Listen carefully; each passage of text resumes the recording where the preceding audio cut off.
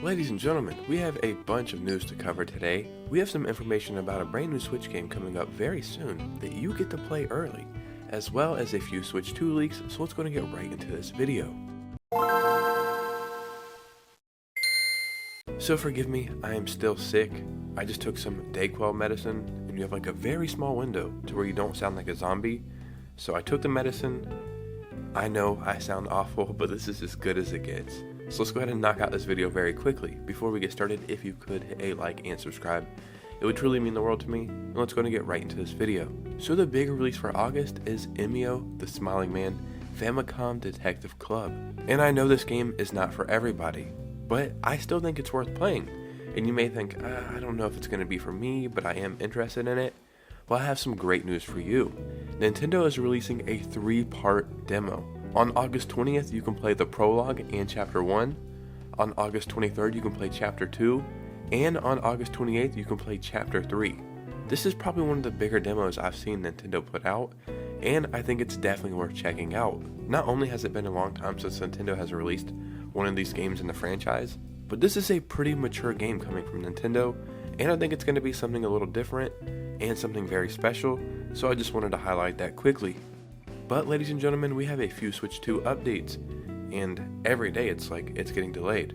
No, it's coming on time. I really don't know what to think anymore, but all I can do is report on the news as soon as I get it, so let's go ahead and get into these updates. First, we have analyst Hideki Yasuda saying Nintendo Switch 2 would come in the first half next year, and for under $499. So in my opinion, there's some good news there, and some news that I'm kinda iffy about. Coming in the first half of next year is great. That's kind of what we're all anticipating, right? Everybody's thinking March. I'm thinking March as well, but if it's April or May, I have absolutely no problem with that, especially since we have a bunch of Switch games still coming out, and we're probably getting a Nintendo Direct next month, and that's going to even give us more games to play. The Switch isn't like a dead console or anything. There's still value there, there's still games to play, so if I have to wait a few more months, that's absolutely fine. Now the second part of that would arrive for under $499. That doesn't sound great to me, that doesn't make me excited. $500 for a handheld console? Like, I get it, I know that's the price of the Steam Deck. I know there's a couple other consoles that are like $800 for handhelds. That's cool for the people who can afford it. For the majority of consumers, that's not a viable option. The Switch OLED is $350. I never expected this next Nintendo console to be the same price as the Switch OLED, but maybe $50 more expensive. Sure, $400. Max price $450. And if there's two models at launch, like an LCD model and an OLED model, or one that has a little bit more storage, I would expect a $400 model and then a $450 model. A $500 console is going to turn off a lot of people.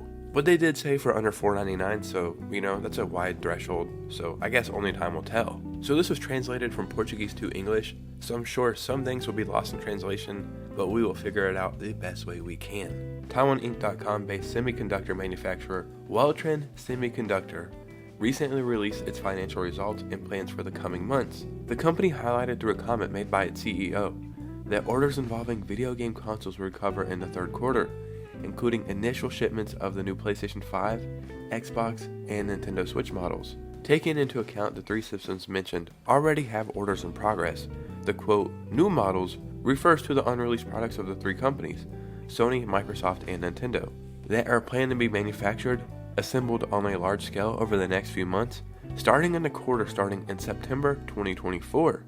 Weltrin Semiconductor is a manufacturer, contracted by Nintendo to supply the power delivery controller IC component, an integrated chip designed to manage communication and power control in systems that use a USB power delivery, which is standard used by the current Nintendo Switch. So if manufacturing starts in September, how long does it take from manufacturing to the time these consoles start getting sent out?